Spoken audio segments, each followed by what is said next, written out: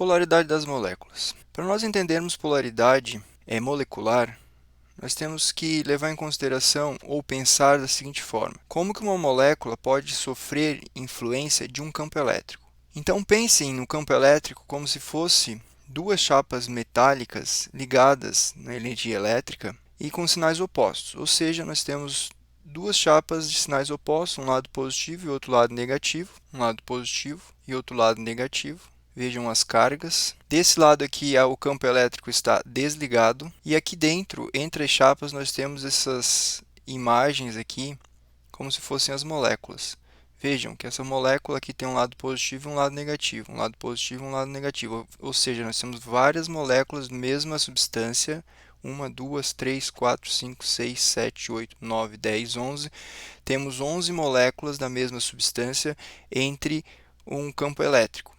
Só que a ação do campo elétrico aqui não está influenciando no momento, porque o campo elétrico está desligado. No momento em que há uma diferença de potencial, aparecem as cargas, um lado positivo e um lado negativo. E acompanhe o que acontece com as moléculas. Vejam a diferença, comparem no início para o depois.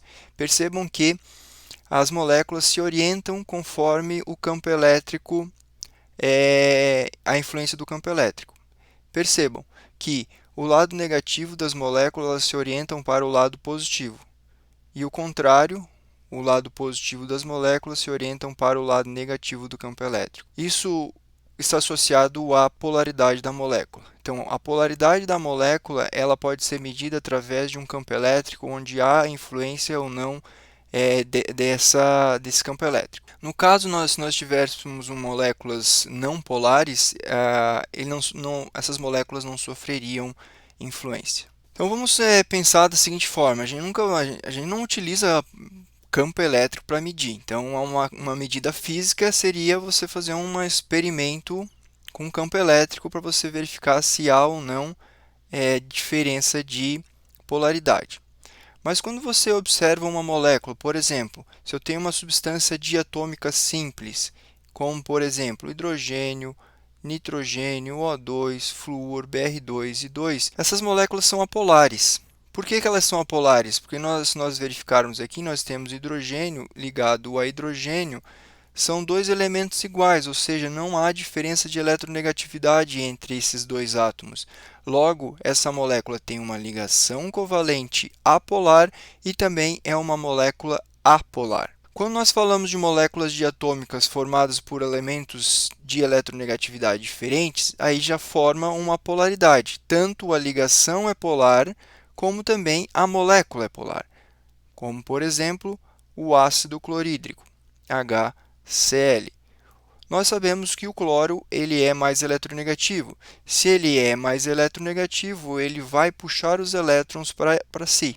Ou seja, nós teremos um lado negativo para o lado do cloro e o contrário, nós teremos um lado positivo do lado do hidrogênio. Ou seja, nós temos dois polos, um polo positivo e um polo negativo. O que aparece aqui, que eu não havia mostrado ainda, é que quando eu estou falando de polaridade molecular, nós vamos associar a um vetor resultante. Esse vetor sempre aponta para o átomo mais eletronegativo. Então, nós temos um vetor, esse vetor vai ser chamado de momento de dipolo. Então, esse μ aqui é uma letra grega, ela é chamada de momento de dipolo, e esse momento de dipolo aqui é diferente de zero, porque nós temos um vetor. Ao contrário do hidrogênio, aqui o hidrogênio não tem um momento de dipolo, portanto, o momento de dipolo é igual a zero. Então, vamos levar em consideração sempre isso. Nós teremos agora a influência de vetores, aí, a soma vetorial. Quando nós temos molécula diatômica, você vai observar se a molécula é formada por os mesmos elementos, aí é uma molécula apolar. Se a molécula é diatômica, é formada por elementos diferentes, ela é uma molécula polar, porque nós temos um momento de dipolo diferente de zero. É exatamente isso que eu estou demonstrando aqui, com um exemplo. O átomo de flúor na molécula HF é mais eletronegativo. Então, um átomo de flúor é mais eletronegativo que o hidrogênio, logo ele puxa os elétrons de ligação para si, produzindo um momento de dipolo diferente de zero. Vejam que esse lado da molécula, esse lado direito da molécula, é onde tem o átomo de flúor. Ele é mais negativo. E do lado esquerdo da molécula, onde nós temos o lado positivo, onde está o átomo de hidrogênio. Então, essa molécula tem dois polos, um polo positivo e um polo negativo. Há um dipolo. Esse dipolo é resultante de um vetor apontando para o átomo mais eletronegativo. Inclusive, esse vetor pode ser calculado aqui com uma constante de dipolo. Então, a molécula de HF ela é uma molécula polar. Então, a molécula de ácido fluorídrico é uma molécula polar porque há um momento de dipolo diferente de zero. Vejam que a força resultante está associada também a um vetor resultante, porém, é tratado pela diferença de eletronegatividade entre os átomos e a geometria da molécula, resultando em um momento de dipolo. Aqui, apareceu uma informação nova.